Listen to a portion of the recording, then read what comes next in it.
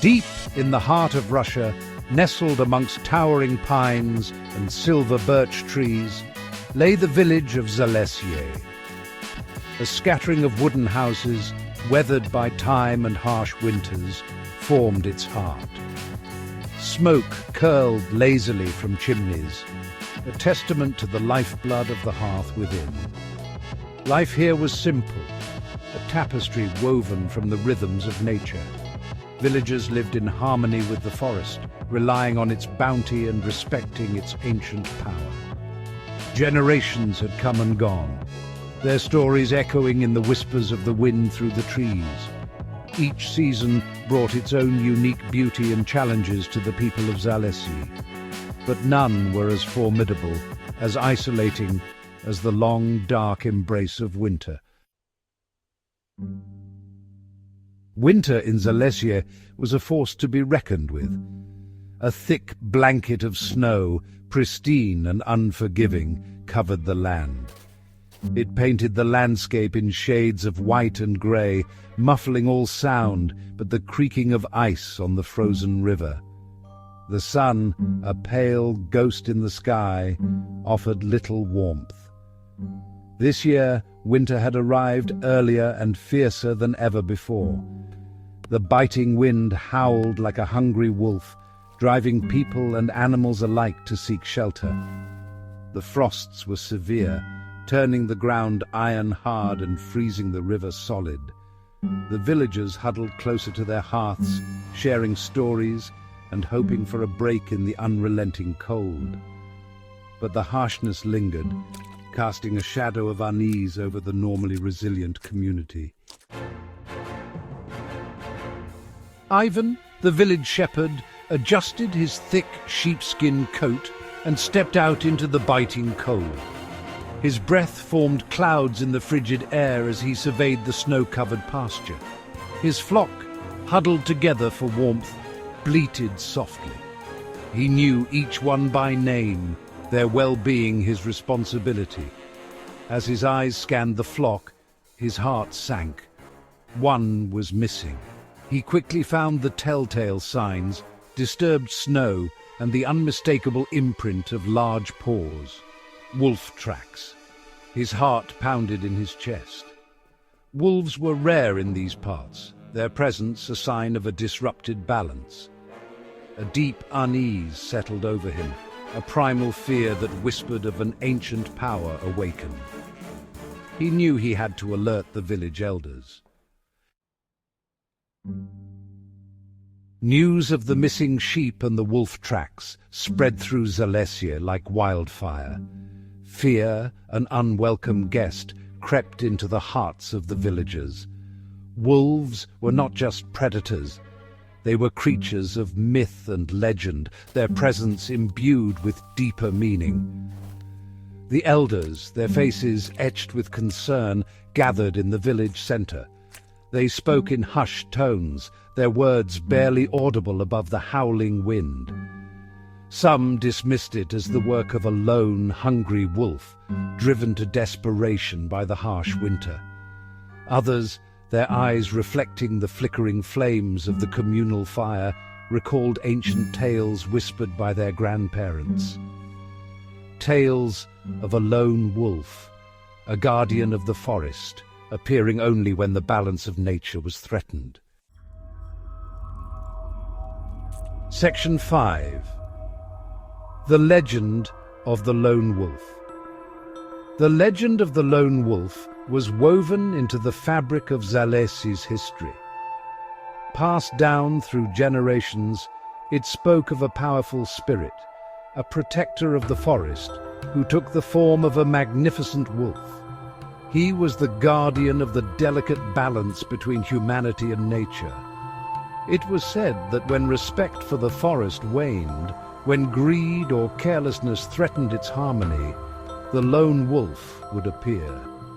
His presence was a warning, a stark reminder of the consequences of disrespecting the natural world. His howl, a chilling symphony echoing through the trees, was a call for reflection and a return to harmony. The villagers listened, their hearts heavy with a mixture of fear and respect. Could this be the lone wolf of the old tales? Section 6. Vanished into the white. The following day, fear tightened its grip on Залесье. Yegor, a young woodcutter known for his cheerful disposition and strong arms, had ventured into the forest for firewood and hadn't returned.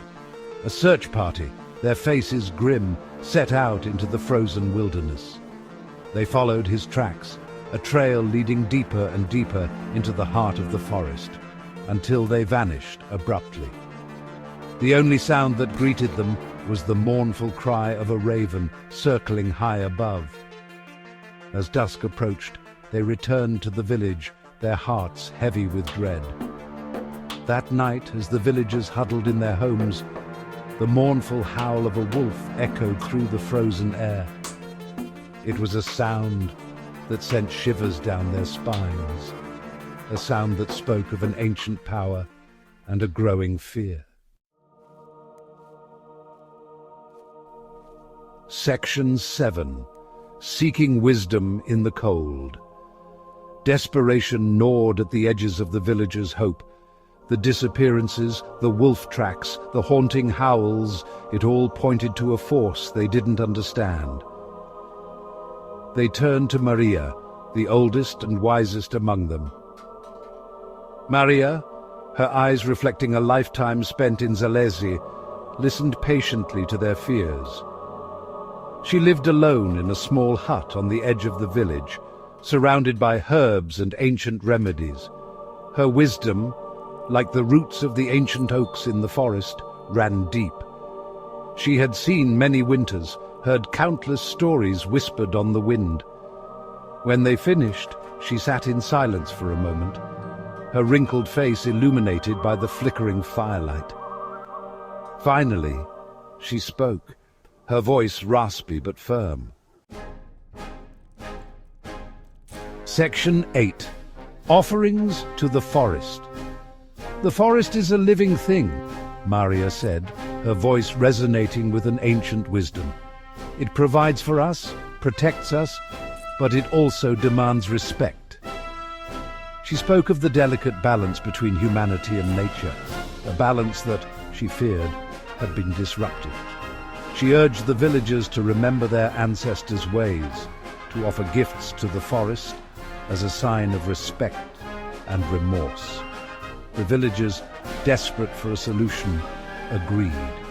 They gathered offerings of food, salt, and handmade trinkets, symbols of their gratitude and their plea for forgiveness. Led by Maria, they walked in solemn procession to the heart of the forest, their breath forming white plumes in the frigid air. They left their offerings at the base of a giant oak, its snow-laden branches reaching towards the sky like ancient arms. Section 9. Balance restored.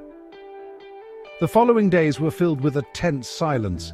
The villagers, their faces etched with worry, went about their chores, their eyes constantly scanning the forest's edge. The biting wind seemed to whisper through the trees, carrying with it the weight of their anxieties. But slowly, gradually, the signs of the wolf began to fade. The tracks disappeared, erased by the relentless snowfall. The howling ceased, replaced by the familiar sounds of the forest.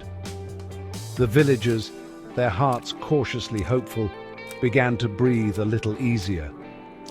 Life in Залесье slowly returned to its familiar rhythm, but the memory of the lone wolf lingered.